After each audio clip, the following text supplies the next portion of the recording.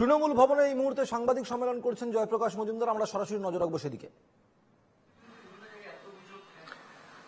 সেটাও আমি বলবো, এটা সরকার তার ব্যবস্থা নিচ্ছেন সব জায়গায়।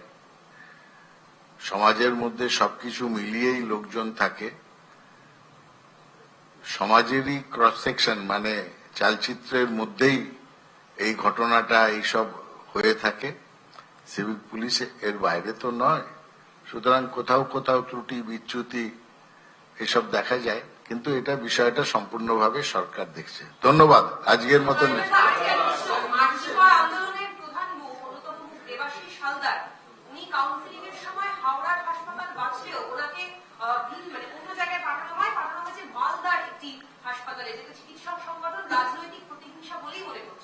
এটা স্বাস্থ্য দপ্তরের ব্যাপার। ডাক্তারবাবুরা যে কোনো জায়গায় যে কোনো অবস্থায় মানুষের সেবা করার জন্য একটা প্রতিজ্ঞাবদ্ধ হন।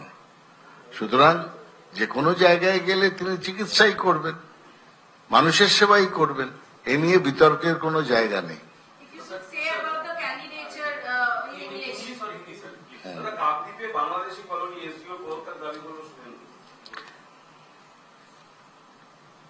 শুভেন্দুবাবু সকাল থেকে অনেক কিছু দাবি করেন প্রত্যেকদিন ঘুম থেকে উঠেই, সুতরাং সবকিছু তার কথাবার্তার উত্তর দেওয়ার মতন প্রয়োজনীয়তা আমরা মনে করি না।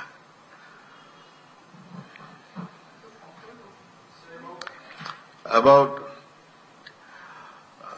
the ensuing by-election in Kaliganj Assembly Constituency, number 80, Kaliganj Assembly Constituency, which has been announced by the National Election Commission just 2 days before. All India Trinamool Congress has decided upon, as per the decision of our Supreme Leader Mamata Banerjee, that Miss Alifa Ahmed, daughter of deceased Nasiruddin Ahmed, who is known as, popularly, who was known as Lal Saheb in his constituency, that Alifa Ahmed will stand for this election on behalf of Trinamool Congress, All India Trinamool Congress. And we expect that such is the popularity of Trinamool Congress, such is the popularity of Lal Saheb, such is the legacy of their pro-people work in Kaliganj Assembly Constituency, that this time daughter Alifa Ahmed will cross the margin of 2021 result of Lal Saheb. And Alifa is 38 years old, academically brilliant, and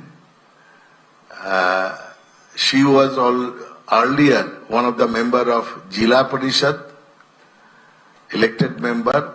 She has immense experience for work on her work for the people.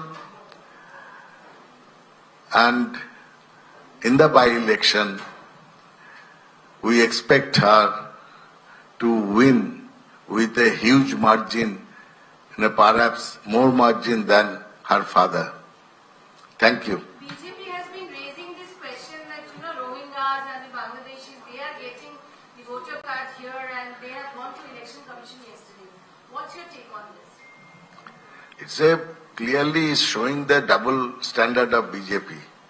Whenever they are talking about people are coming across the border, first they have to address the issue who is in charge of the protecting the border.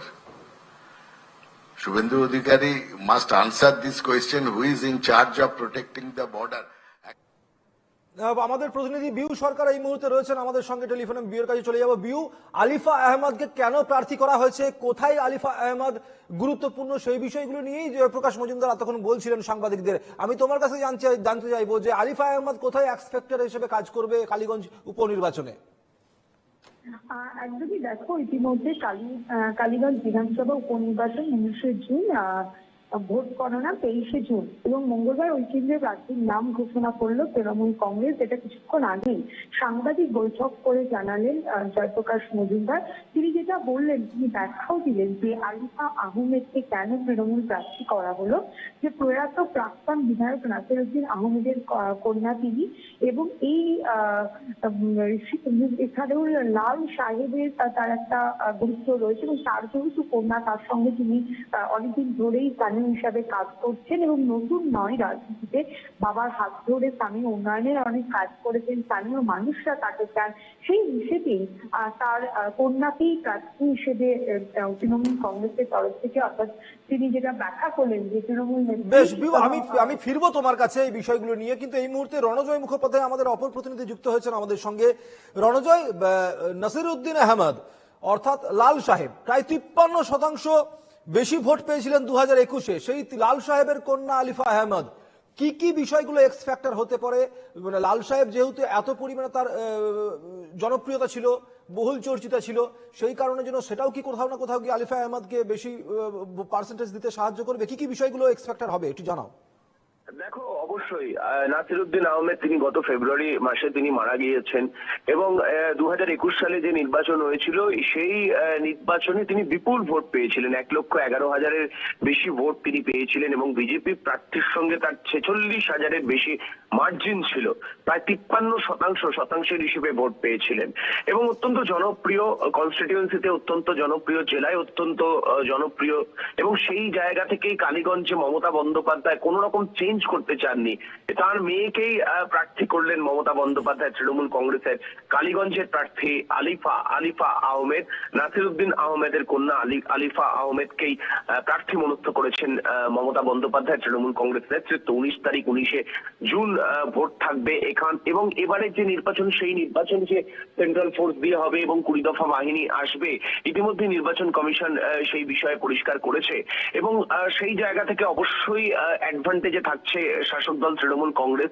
কেননা যেহেতু নাসিরউদ্দিন আহমেদ তিনি যেভাবে কনস্টিটিউয়েন্সিতে জনপ্রিয় ছিলেন, জননেতা ছিলেন এবং যেভাবে তিনি কাজ করেছেন এলাকার মানুষের জন্য, এবং যদি তুমি ভোটের পার্সেন্টেজের হিসেবেও যদি দেখো, তাহলে তিনি কিন্তু অনেকটা এগিয়ে রয়েছেন। এবং সেই জায়গা থেকে মমতা বন্দ্যোপাধ্যায় কখনোই চাননি যে এই ভোটটাকে কোন রকম ভাবে ডিভিশন হোক, এবং সেই কারণে সেই পরিবারের ওপরেই আস্থা রেখেছেন, আহমেদ পরিবারের ওপরেই আস্থা রেখেছেন তৃণমূল সুপ্রিমো মমতা বন্দ্যোপাধ্যায়। এবং তারপরে আজকে প্রার্থীর নাম ঘোষণা করা হয়েছে। নদিয়ার কালীগঞ্জের তৃণমূল কংগ্রেসের বাই ইলেকশনের উপনির্বাচনের প্রার্থী হচ্ছেন আলিফা আহমেদ।